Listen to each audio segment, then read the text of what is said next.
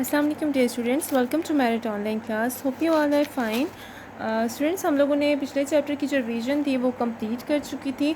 आज हम लोग नेक्स्ट चैप्टर स्टार्ट करने जा रहे हैं। यूनिट नंबर 15 जो है वो हम स्टार्ट कर रहे हैं, दैट इज़ इलेक्ट्रोमैग्नेटिज्म। ठीक है, प्रीवियस लेक्चर में स्टूडेंट्स हम लोगों ने ये देखा था कि हमारे पास जो जितने भी करंट कैरिंग कॉइल्स हैं, करंट कैरिंग वायर हैं उसके अराउंड हमारे पास मैग्नेटिक फील्ड जनरेट हो जाती है। ठीक है, ये हम लोगों ने करंट इलेक्ट्रिसिटी वाले चैप्टर में पढ़ा था कि हमारे पास जितने भी करंट कैरिंग वायर्स हैं उनके अराउंड हमारे पास मैग्नेटिक फील्ड जनरेट होती है। आज हम ये देखते हैं कि हमारे पास क्या मैग्नेटिक फील्ड से भी करंट जनरेट हो सकता है। इससे पहले हमने ये पढ़ा था कि करंट कैरिंग कॉइल के अराउंड मैग्नेटिक फील्ड होती है। आज हम ये देखते हैं कि मैग्नेटिक फील्ड के अराउंड क्या मैग्नेटिक फील्ड भी करंट प्रोड्यूस करवा सकती है। ठीक है, तो ये कॉन्सेप्ट दिया था फेराडेज ने। और फर्स्ट हमारा जो इसका जो टॉपिक है, हम लोग स्मार्ट सिलेबस फॉलो कर रहे हैं। फर्स्ट हमारा जो टॉपिक है वो है magnetic effect of steady current.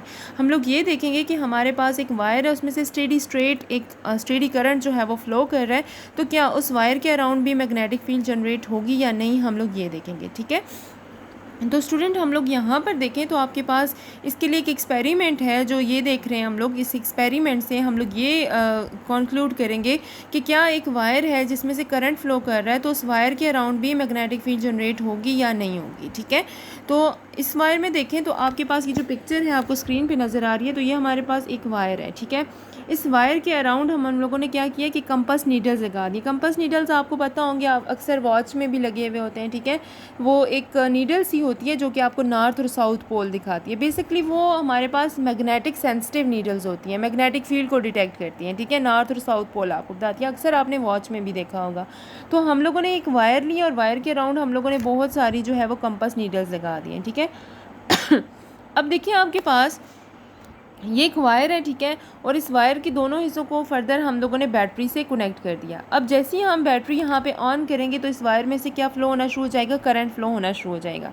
जैसे ही इस वायर में से करंट फ्लो होगा, अच्छा करंट फ्लो करने से पहले की अगर मैं बात बताऊँ तो करंट फ्लो करने से पहले स्टूडेंट्स यहाँ पर अगर आप देखें तो ये एक आपकी बुक में एक फ़िगर है, फ़िगर नंबर आपकी बुक का पेज नंबर 171 है और फिगर 15.3 है।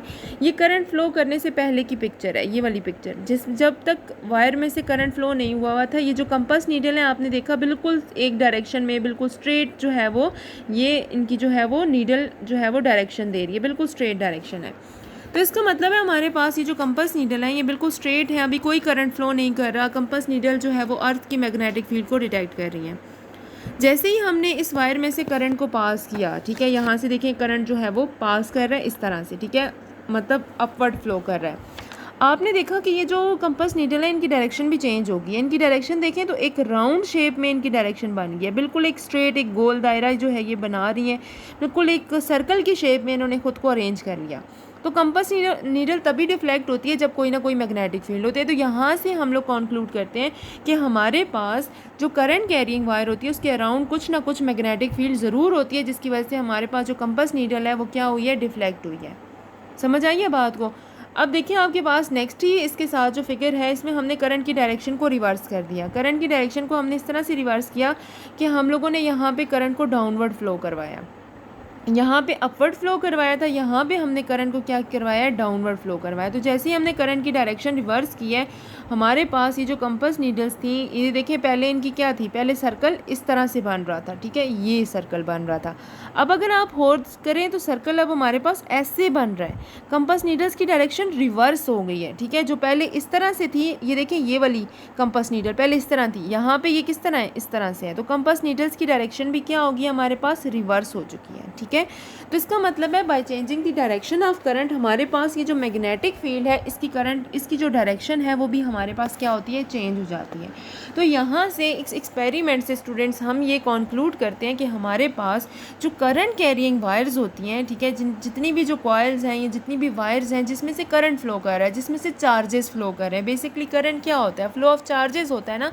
तो जिसमें जितने भी चार्जेस हमारे पास फ़्लो कर रहे हैं, तो इसका मतलब है उन सारे चार्जेस में जो कि फ़्लो कर रहे होते हैं, जो कि मोशन में होते हैं, जो कि करंट की फॉर्म में होते हैं, उनके अराउंड हमारे पास क्या होती है, हमारे पास मैग्नेटिक फील्ड होती है। ठीक है, और ये मैग्नेटिक फील्ड डिपेंड करती है आपके पास, ये देखिए यहाँ पे हमारे पास ये मैग्नेटिक फील्ड डिपेंड करती है करंट की स्ट्रेंथ पे। जितना ज़्यादा करंट होगा आपके पास उतनी ज़्यादा मैग्नेटिक फील्ड होगी। और दूसरा, आप जितना इस वायर के करीब होंगे मैग्नेटिक फील्ड स्ट्रांग होगी। यहाँ से देखिए अगर आप तो स्टूडेंट्स यहाँ पे मैग्नेटिक फील्ड बहुत ज़्यादा स्ट्रांग होगी, लेकिन जैसे ही आप इस वायर से दूर जाते जाएंगे, इस एरिया में जाते जाएंगे या दूर जाते जाएंगे, तो मैग्नेटिक फील्ड जो है वो आपके पास वीक होती जाएगी। सेकेंडली, मैग्नेटिक फील्ड की जो डायरेक्शन है वो आपके पास जो है वो करंट की डायरेक्शन पे डिपेंड करती है। करंट की डायरेक्शन चेंज होगी तो मैग्नेटिक फील्ड की डायरेक्शन भी आपके पास क्या हो जाएगी, चेंज होगी। इसके अलावा हमने यहाँ पर इस एक्सपेरिमेंट से ये ऑब्ज़र्व किया है कि हमारे पास जो करंट जो है वो, अगर हम स्ट्रेट वायर में से करंट की बात करें